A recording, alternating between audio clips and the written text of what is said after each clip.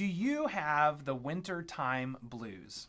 You know what I'm talking about. It's the time of year when it's after the holidays and it's before spring and there's not much going on, right?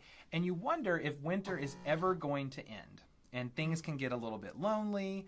That's the wintertime blues. That's what we're talking about today on Senior Living Live. Hey everybody, I am Chris and this is Senior Living Live. This is a show that is designed to dig deep into the world of senior living and give the answers that you need so that you can make informed decisions and live the life that you want to live. That is our mission. And I'm so happy to be joined today by Becky. How you doing today, Becky? Doing great. Thank you for having me. Oh, wonderful. We're so happy to have you. Well, Becky is the engagement director at one of our communities here in the Atlanta area. And I wanted to bring someone from our engagement team on the show today because they're the ones who specialize in keeping people's lives fulfilled on a daily basis. I think that's what you do. And I can't think of a better person to talk about this than Becky. We were just talking about her background and history a little bit, so that's fantastic. And I also want to say that we are so happy if you are joining us live here on Facebook. We want to hear from you, so please let us know that you're watching right down there in the comments. Don't be afraid. Just, give us a little shout out, a wave, an emoji, pick a fun emoji. We love that. There's no better time than now, really, to ask your questions. So if you have any questions, let us know. We're going to be here for the next little bit. We want this to be valuable for you, and we would love to help you out. So let me take a look at the comments here and see. So in our pre-show that we were having a little bit earlier, we were talking about what is your favorite wintertime activity? And mine was around food, and Becky's was around the fire and everything. Ice so that's, skating. we could combine, and ice skating, yeah. We can combine those together and make s'mores or something. That's cool. So let's see what we've got. Some folks, I've got Dana watching, and she says that she likes to watch TV and surf the net. Hey, I'm an indoorsy person. That's an indoorsy activity right there. There's, especially like Amazon, you find some of these obscure shopping, but you find some of these obscure items on Amazon and start reading the reviews. That can be really funny. So just Google funny Amazon reviews and you will be up all night laughing. It's a great wintertime activity. I've got Patrice here. Patrice Kelly. You know Patrice Kelly, right? Yes, I do. Hey, hello, Patrice. How you doing? I've got Mary here. So Mary enjoys making a collage from magazines. Personally, she likes making ones that have to do with dreamy summertime gardens and inspirational quotes. So yeah, you dream of summer, right? And you kind of think about what's going to be coming your way in a few short months. We've got Lynn and Penny are here. They're girls. They're here. Lynn loves her hot chocolate, so I'm there with you, Lynn. And do you put marshmallows in it? If so, I tell you what, everybody watching, if you like marshmallows in your hot chocolate, give us a thumbs up because we want to see that. So that is fantastic. So now that I'm thinking about it, we're talking about those wintertime blues. And if you have a tip for how to beat the wintertime blues, we're going to talk about some of those. But maybe it's something that you've done yourself or you just have an idea. We want to hear about those. So leave them in the comments and let us know what you do. And I'm sure that there's things that we didn't even think about for the show that we're doing today, and we'll be happy to talk about those. So, Becky, before we jump into the wintertime blues, let's back up a bit. And I was wondering if you could tell us about your job a little bit. Like, what is engagement in a community, and why in the world is that important to us? Oh, it's so important. And I often tell people when I explain engagement to them, I often get teased and people say, I don't want to get married. But you've been engaged. Yes, we've been engaged. But think about an engaging experience and the difference between maybe just putting a movie on at home by the fireplace, and you enjoy that as long as the phone doesn't ring or something distracts you. Yeah. But the difference in that and maybe going to the theater. So there you're surrounded by, the smell of popcorn and in Atlanta, Coca-Cola. And, of course, yes. Of course. And, the big screen, and you're with a bunch of other people experiencing it together. And that is much more of an engaging experience. So we try to think about that when we plan activities, right? We try to make the sights and sounds and the environment support the activity that we're doing, and it makes it a more engaging experience. But I think the part about our engaged living programs that's so important is that because it gives our seniors opportunities to touch on many dimensions of wellness. We give them opportunities every day to keep life balance going with spirit, things that touch their spiritual needs and rest, fun and recreation, educational opportunities and ways to be productive, all those kind of things, so that every day they're given all those opportunities to stay active and well. Yeah, meaning and purpose. And one of the things that, I said earlier that we want the people watching to be able to live the life that they want to live. Right. And that's a fantastic way to do that. We put a huge emphasis on engaged living in this company. Absolutely. And a lot of other companies do that as well in senior living. So that's something that you definitely, if you're ever shopping for a senior living community, that's not one of ours or whatever, it doesn't matter. That's something you really want to ask about, because it's really so much more than 4 o'clock bingo.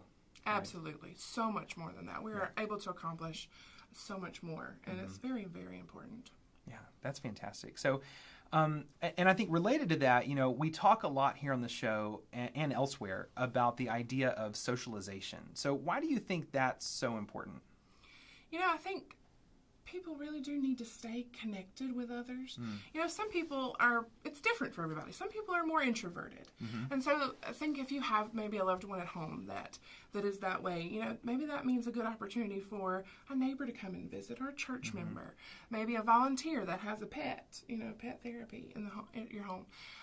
But then you have people who do enjoy the more group type activities and socializing with a bunch of other people, and that's one of the benefits of senior living is we have a little bit of both of those options, and that just keeps people connected with one another, and it helps make their days a little more enjoyable, I think. Yeah, I think there's something to be said about waking up in the morning at whatever time you want to wake up, and getting yourself ready, and then you sort of leave out of your apartment or wherever you're living, and you're immediately greeted by people who and your friends, sure, and maybe the staff members or whatever, and you're having, even if it's just little hallway conversations throughout the day that are peppered in with the more meaningful deep conversations that you have with people. That's different than perhaps when you're living at home and maybe you talk to a family member in the evenings on the phone or something, or maybe you talk to your mailman or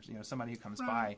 It's a little bit more constant in a senior living community. The socialization is really the key. In assisted living, I think part of it is helping people to get through their activities of daily living. We talked about that on this show before. Things like getting dressed and bathing, and for the people who need that. But I think the other biggest component of senior living is the socialization factor, and there's safety and there's other things sort of tied into that, but the biggest one that you feel and see is that absolutely is kind of having we're the friends. Able to give those people opportunities to pick and choose the things that they enjoy and get involved. One of the things I'm most passionate about is productive activities, like these things that help people feel useful in either our immediate community or the greater community. We've done some projects and held meetings and supported nonprofit organizations and bought gifts for children and things that have helped those seniors that live with us stay relevant in and have a purpose in their life. It's been really, really important. I think that is totally fantastic. Yeah. So, we're talking about the wintertime blues today, and I want to get to that, but I've got a couple of comments here. Lots of votes for the marshmallows and the hot chocolate. Yes. So, all right. You like the big ones or the little ones? I'm a little marshmallow ones, because you can kind of take one with each sip, right? That's good. We played Chubby Bunny with our senior group. Oh my goodness! At one of our cocktail hours, and it was hilarious and so funny. Was there like a winner? Did someone have to have as many? Did you count? Or I think the winner would have been the gentleman that, within saying his sentence several times over, ate the entire marshmallow. Hey, that's he kept chewing it out till it was gone. Our daughter, hilarious. She loves marshmallows, but when she was little, she used to call them marshallows. And she was like, I want another marshmallow. It was so cute. Yeah. So other people are talking about, in our pre-show, we were asking about what's your favorite wintertime activity. And so we've got Dana also, she was talking about, watching stuff online earlier, and she likes watching the funny cat videos and funny kid videos on YouTube. YouTube is fantastic for that. Brandy and her spa days. Penny... Oh, Lynn says that Penny just likes to be somewhere warm. Because Lynn and Penny are watching together. That makes sense. Let's see. Okay, Sharon says talking with friends is supposed to help against Alzheimer's. Have you heard about that? I mean, is that socialization? I believe it. Yeah. I think because you're staying in the present, right? And you're sort of you're engaging. Anytime you can engage your mind. Yes, and share your life experiences. And often people who are living with dementia, those that wisdom from their earlier years are the memories that are the most vivid and easy to come to. And so they love to talk and to tell stories and feel good about telling them, because those are the things they can remember well. Yeah. And so much wisdom to share. Yeah, and we're totally diverting from our topic a little bit here, but just speaking about Alzheimer's and just dementia in general, I know one of the things that we train, and as the engagement director, you are the dementia trainer in your community, right? So all of the staff members go through dementia training, but we'd like to focus on what is still here, not on what is lost. Absolutely. And I think that's important. So if someone could have dementia and is still really good at playing the piano, let them play the piano, Absolutely. Right? And that brings joy to their everyday life. This is one of the reasons I fell in love with the Arbor Company in the beginning and decided to be a part of this team. There was just such a focus on a person's best ability to function, and how can we support them with just the right amount of support that keeps them as independent as possible, as long as possible, and give them just what they need. And I think that's wonderful. That's exactly what people need. Good. I totally agree with that. So let's get to our topic. So Becky, I know. So the Wintertime Blues, the reason we selected that as a topic is because it's kind of the theme of our engagement department company-wide for the month of January, because that's when the Wintertime Blues happen. So what are the Wintertime Blues, and what makes it, why is it different in wintertime versus any other time of the year, would you say?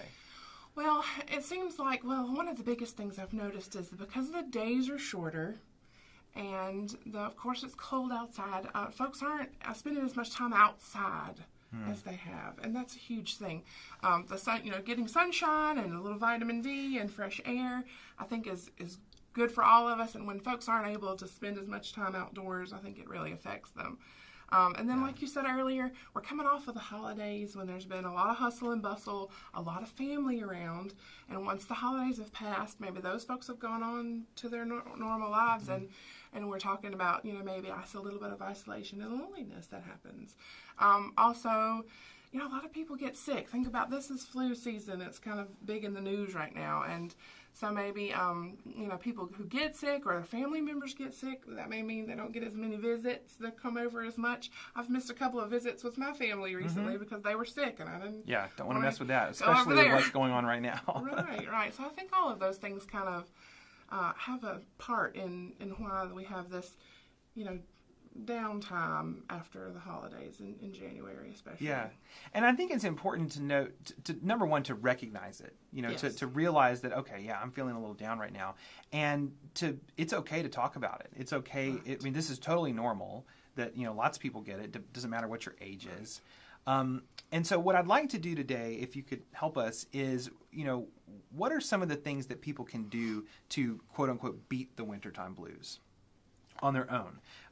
Moving into a senior living is of course an option, but the people watching here might not be ready for that. Sure. And frankly, it might not even be the best decision for you. That's one of the things that we want to help you with in this show, is to determine, is senior living the right move for you? Right. And Right. It is or it isn't. And so how can people manage this on their own if they don't live in an environment that's designed to prevent it? Because that's kind of, senior living sort of designed to prevent things like the wintertime blues. Sure. So I still think that getting active and getting involved is one of the best first things people can do. Stay involved in their church activities and their community activities. Senior centers and the Parks and Rec departments have great programs for people to join. I went to a painting class not too long ago at the Parks department. So there's good options there for you to get involved in things in the community. This is also a good time to, catch up on some good reading, or take an opportunity to learn something new, take some online courses, or expand your mind a little bit and learn something new. But I really feel like the giving back and taking opportunities to give to others and do for others, volunteering might be one of the best ways. You feel, encouraged and good when you've done something good for others. And so I think that's that's a big piece of it, yeah. One of the good things you can do. Another idea we were kind of talking is maybe having like a regular meetup with friends. So, like every Wednesday, and we're going to meet and have coffee and have those times, or, to play cards or to do something regular. You mentioned staying active, so exercise, I think, is a big piece of that. It's winter, it's cold outside. If it's cold where you are, usually you live close enough to a shopping mall. So, a lot of shopping malls have walking clubs, but, you create your own walking club. Just go there by yourself or with somebody else and walk the mall, and there you can do some pretty good people watching, I think. Yes, I think invite people over to your home.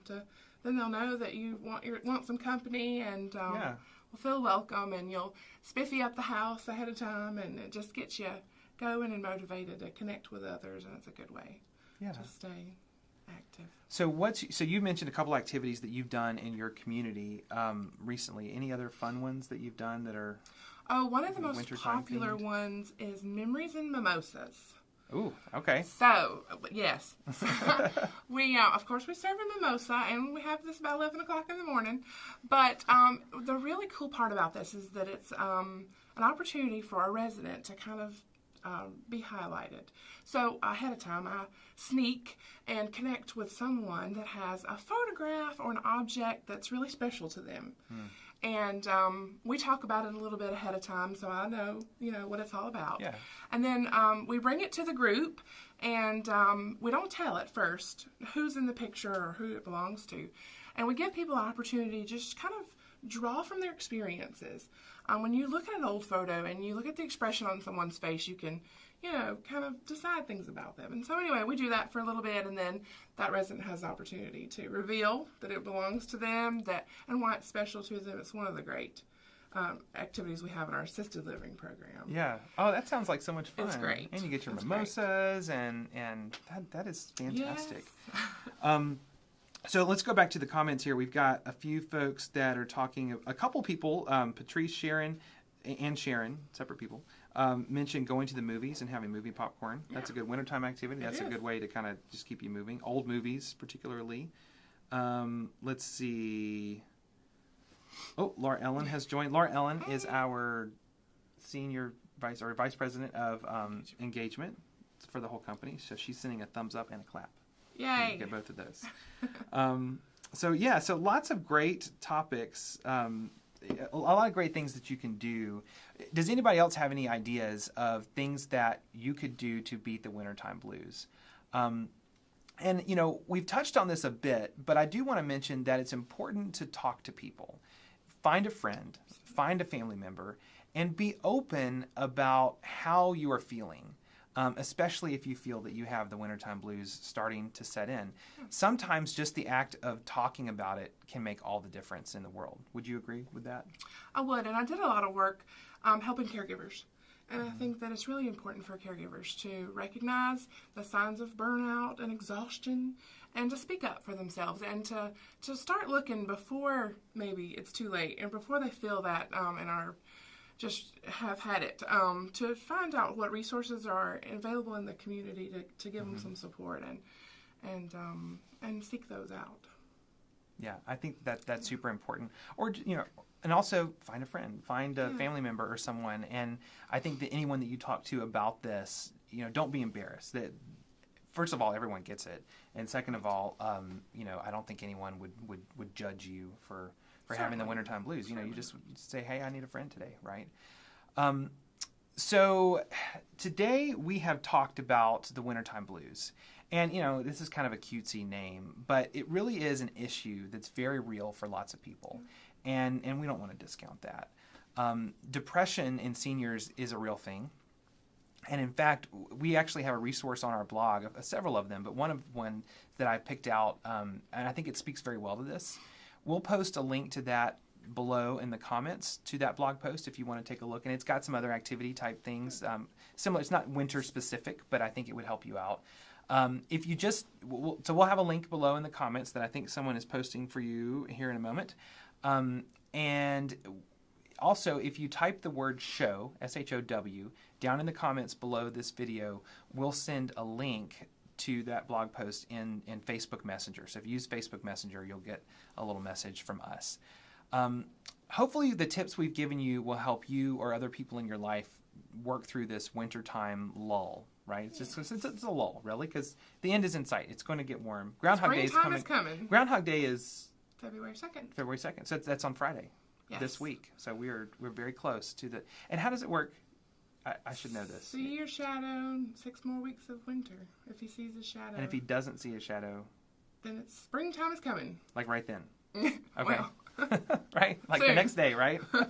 Not less than 6 weeks, I guess. So I do have a few more comments. So Mary says, and sorry, I don't have a way to show these on the screen, but Mary says, sometimes you just have to force yourself to do something. Anything with your hands. Draw. Paint your nails. Cut up a magazine. When you work with your hands, it can distract your mind and get something. I can't read the rest of it. It doesn't let me. Here. That's technology. Laura Ellen talks about she's had the wintertime blues in her house and recently discovered the pet store as a great inside zoo. Yeah, because the zoo can get, well, it's too cold to be at the zoo, honestly, sometimes. And so the puppies and other animals always bring a smile. That's good. Now, the pet store can be dangerous, right? Because you might end up with one of those puppies in your car. So if you don't want one of those, then be careful. So make sure that you trust yourself enough to maybe leave your credit card back at home or something like that. Denny talks about cuddling with your dog or cat. That is a fantastic one. Find a friend with a dog or cat, go to their house and cuddle with theirs. That's the way I like to do it. I love animals, but I don't want one in my house, so I'm good with that. Tricia, these are all great, really great tips. So everybody watching, we love these. Keep them coming. Tricia says, reminisce with a cooking activity. So that's fun. So have you ever done anything like this in your community where you pull in recipes from people's past? Yes. And how does that work? And I had an amazing experience with one of our residents who has an Italian heritage. Ooh. And she taught us how to make gnocchi. Am I saying it right? Gnocchi. Yeah, it's like the little mashed potato kind of dumplings. Yeah, dumpling. Yeah, dumpling. That works. And I had to go, when we got the recipe and all of the parts to it, there was a potato ricer. Okay. It's kind a kitchen tool that I had never little balls or something experienced. And you put the cooked potatoes in and squish it through. It's sort of like a giant garlic press.